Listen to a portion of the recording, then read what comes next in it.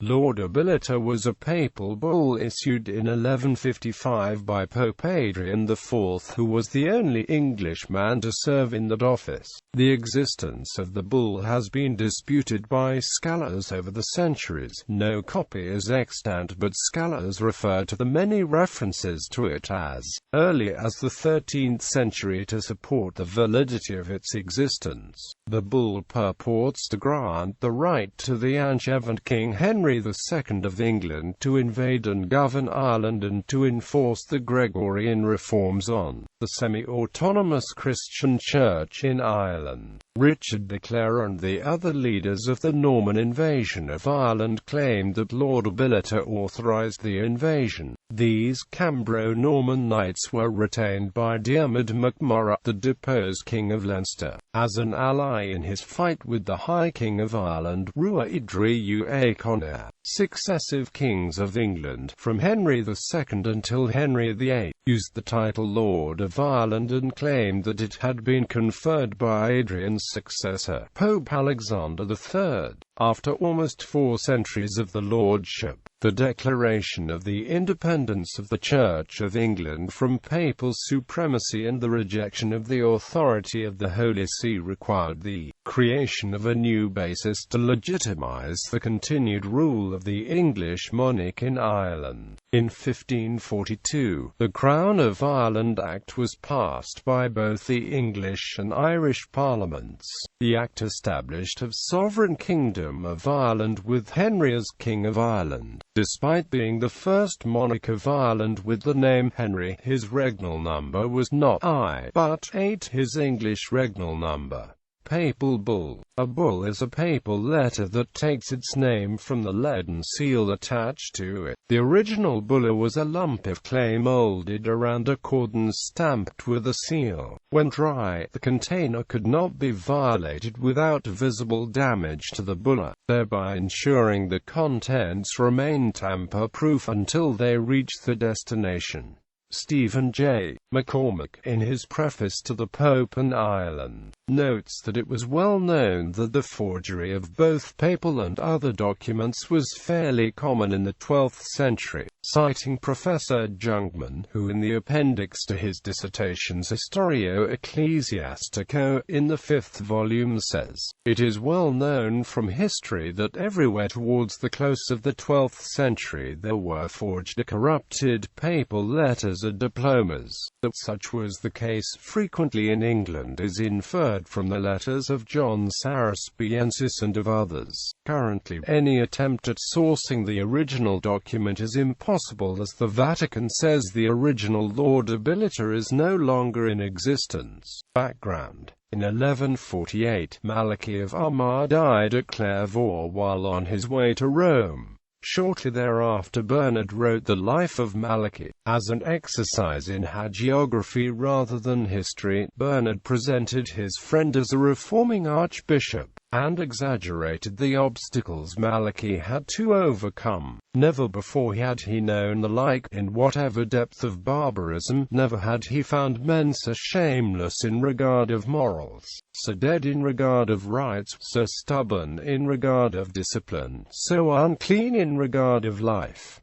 They were Christians in name, in fact pagans. Bernard's characterization did much to form the general view of Europe towards the Irish. The 21-year-old Henry Fitzimpress came to the throne of England on the 19th of December 1154, after almost 20 years of civil war between his mother, the Empress Matilda, and her cousin, Stephen of Blois. Less than 3 weeks earlier, an Englishman, Nicholas Breakspere, had become pope, taking the name Adrian. The following September the Royal Council met at Winchester and discussed invading Ireland and giving it to Henry's youngest brother William. Theobald of Bec was Archbishop of Canterbury. In 1148, he secured from Pope Eugene III Canterbury's jurisdiction over the bishops of Wales. Theobald exercised a theoretical claim to jurisdiction over Irish sees in consecrating the Bishop of Limerick in 1140. But in 1152, in conjunction with the Synod of Kells, the papal legate appointed the Archbishop of Armagh Primate of Ireland. With his metropolitan aspirations frustrated, Theobald was likely one of Henry's advisers who urged the conquest of Ireland. However, the plans were put aside for the time being when Henry's mother, the Empress Matilda, spoke against it. Henry had his hands full of domestic troubles with the refractory barons in England, with the Welsh, and with the discordant elements in his French dominions, and could not undertake a military operation like the invasion of Ireland. In May 1169, Anglo-Norman mercenaries landed in Ireland at the request of Dermot MacMurrough, the ousted King of Leinster, who had sought help in regaining his kingdom. Henry authorised Dermot to seek help from the soldiers and mercenaries in his kingdom in exchange for an oath of allegiance. In October 1171, Henry landed a large army in Ireland to establish control over both the Anglo-Normans and the Irish. The bull Laudabiliter. Historians such as Lawrence Ginnell believe the letters written in the 12th century relating to Ireland were never sealed with any seal and are not correctly called bulls but rather privilegia or privileges. J. H. Round says that the grant of Ireland by Adrian is erroneously styled the bull Laudabiliter. It has been so long spoken of as a bull, he says, that one hardly knows how to describe it. He suggests that as long as it is realized that it was only a commendatory letter, no mistake can arise. In 1155, Pope Adrian IV issued the Papal Bull Laudabiliter. The document supposedly commissioned the King Henry II to intervene in Ireland to assist in the reform of the governance of the Irish Church and the Irish system of governance according to the Roman ecclesiastical system. This followed the structural reform of the Church in Ireland as defined shortly before the 1152 Synod of Kells. The bull derives its title from the Latin word laudabiliter, which is the opening word in the bull, the usual manner in which bulls are named. John of Salisbury writes, "I recollect a journey I once made into Apulia for the purpose of visiting His Holiness, Pope Adrian IV. I stayed with him at Beneventum for nearly 3 months. In English Misrule in Ireland, a course of lectures in reply to J. A. Froude. Burke states that Pope Adrian was elected on the 3d of December 1154 and suggests that it must having taken at least a month in those days before news of the election would have arrived in England, and at least another before John of Salisbury arrived in Rome, making his arrival there around March 1155. In his 1159 Metallogicon, John of Salisbury states that on the occasion of his visit to Adrian IV at Benevento between November 1155 and July 1156, the latter, at his request, granted to Henry II of England the hereditary possession of Ireland. He mentioned documentation as well as a ring of investiture, preserved in the public treasury, which he, John, had conveyed from the Pope to the King.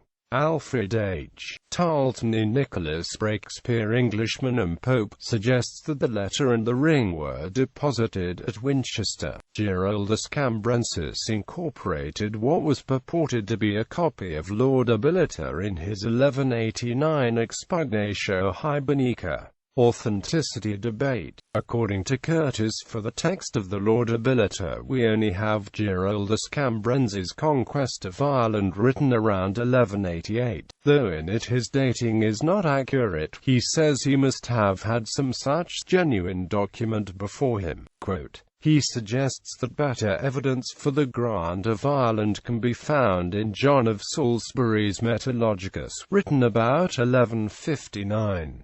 John of Salisbury. At the beginning of his reign, Henry II sent Rotradus, Bishop of Evro, Arnold, Bishop of Lesia, the Bishop of Mans and Robert of Gorham, Abbot of St. Albans as ambassadors to Adrian IV. The date of this mission is the same as that claimed by Salisbury for his visit, 1155. Alfred H. Tarleton gives the date of the 9th of October, St. Dionysius's Day, when the ambassador set out. L.F. Rushbrook Williams also gives the 9th of October 1155. While both mention Robert of Gorham assisting in some royal business and being a part of deputation, including 3 bishops selected by Henry, neither mention John of Salisbury. However, John D. Hosler thinks it is clear that John of Salisbury did indeed travel to Rome as part of Henry's first embassy to Pope Adrian. According to L. F. Rushbrook Williams, Abbot Robert of Gorham evidently saw with the elevation of Adrian IV an opportunity of acquiring privileges for St. Albans with the ostensible object of assisting in the settlement of some royal business which was in progress at the Curia. Alfred H. Tarleton suggests that some historians have stated that John of Salisbury accompanied this mission, but this is a mistake, based on a confusion of the fact that John had many interviews with the Pope at Beneventum. The mistake may be due to the fact that the king, hearing John intended to visit the Pope, sent messages and letters through him in addition to employing a regular messenger in the person of Robert the Abbot. Gasquet suggests that there is almost conclusively evidence that while a request of the nature described by Salisbury was made about this time to the Pope, Salisbury was not the envoy sent to make it. John of Salisbury, he notes, claims in Metallogicus to have been the ambassador for Henry II and obtained Laudabiliter for him, and gives the year 1155 as the date when it was granted. With Bernard of Clairvaux's Life of Malachy and its description of the Irish as little more than savages, John of Salisbury found a ready audience in Rome when he spoke about the barbaric and impious people of Ireland. Salisbury finished his work called Polycraticus, written before Metallogicus. He dedicated it to Thomas, afterwards Street, Thomas à Becket, then Chancellor of England, who at this time was with Henry at the siege of Toulouse. This was in 1159, and in that year, Salisbury was presented to Henry apparently for the first time, by Thomas. Metallogicus and Polycraticus. According to Stephen J. McCormick, the date that Metallogicus was written is fixed according to the author himself, pointing to the fact that John of Salisbury immediately before he tells us that the news of Pope Adrian's death had reached him, his own patron, Theobald of Bec, Archbishop of Canterbury, though still living, was weighed down by many infirmities. Pope Adrian died in 1159, he says, and the death of Archbishop Theobald of Bec occurred in 1161. Charles and other editors of John of Salisbury's works, without a dissent, refer the Metallogicus to the year 1159. The view shared by Curtis, John of Salisbury, in his Metallogicus writes that while he was in an official capacity at the papal court in 1155, Pope Adrian IV granted the investiture of Ireland Henry II of England. However, John of Salisbury also kept a diary, later published, entitled Polycraticus, and had a detailed account of the various incidents of his embassy to Pope Adrian, yet in it he makes no mention of the bull, or of the gold ring and its fine emerald, mentioned in Metallogicus, or of the grant of Ireland, all of which would have been so important for his narrative in Metallogicus. If Adrian granted this bull to Henry at the solicitation of John of Salisbury in 1155, there is but one explanation for the silence in Polycraticus, according to McCormick, and that this secrecy was required by the English monarch. J. Duncan Mackey writes that those who desire to do away altogether with Laudabiliter find in the last chapter of the 6th book of the Metallogicus an account of the transaction between John and Pope Adrian, and in this passage is an almost insurmountable difficulty. It becomes necessarily, he says, to assume that it is an interpolation, and this can only be done in the face of all probability.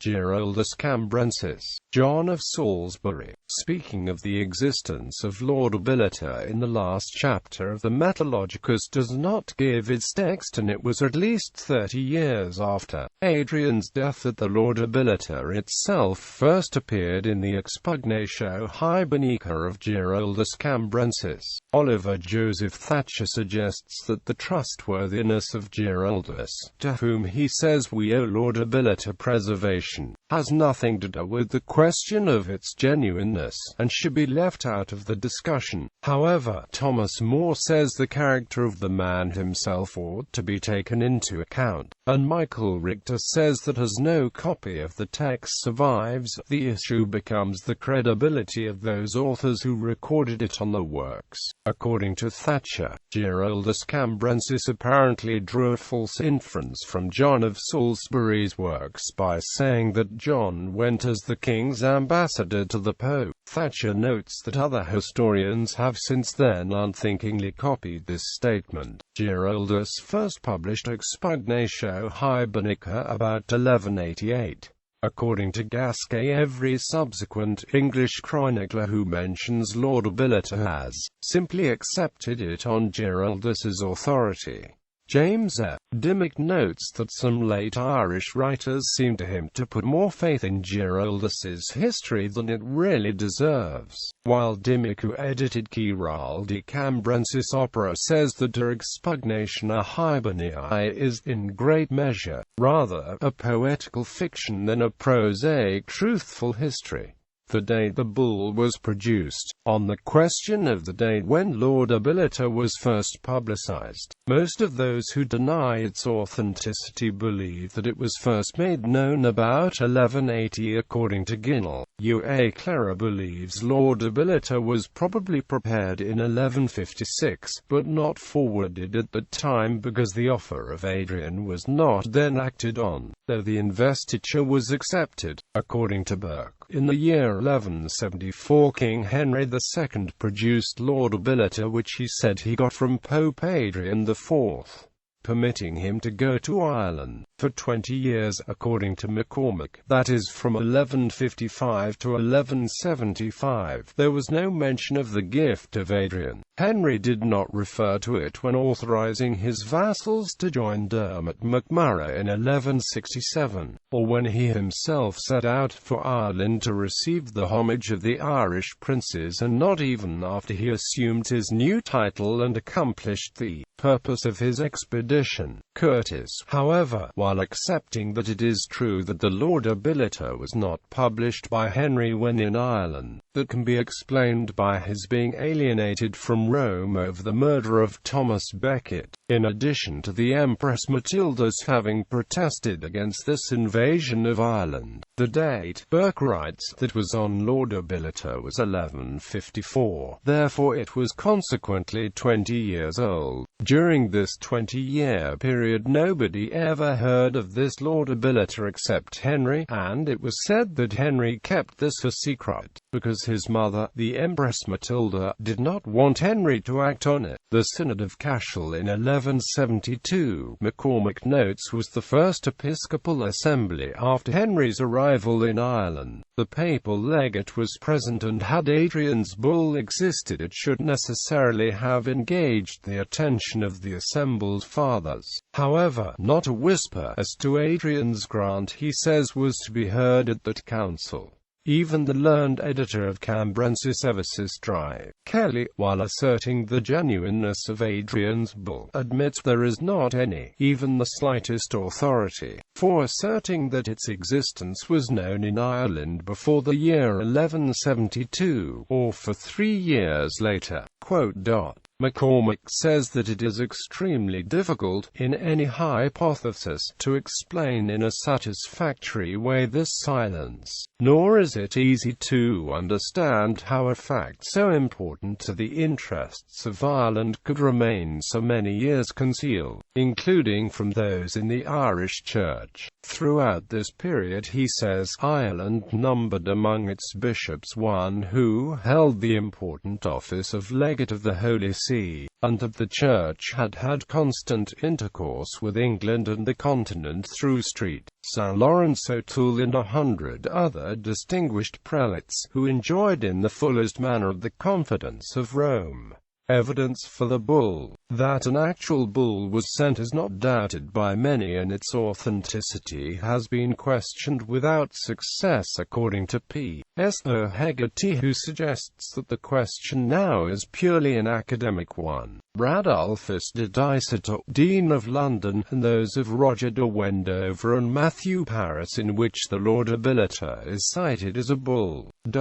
In 1331 the Justiciar Council of Ireland wrote to Pope John XXII asking him to proclaim a crusade against some Irish clans, basing the request on their understanding that, the Holy Apostolic See in the time of Pope Adrian of blessed memory conceded the land to the illustrious King of the English. The request was refused. 4 letters of Pope Alexander III on the conclusion of the Synod of Cashel. According to Edmund Curtis, Henry sent envoys to Pope Alexander III asking for a papal privilege for Ireland. Alexander from Tusculum then published 3 letters on the Irish question. The 3 letters, according to Thatcher, are numbered 12,162, 12,163, and 12,164 in the Register of Jaffe Lowenfeld, and printed in Minia, Patrologia Latina, Volume CC Coles.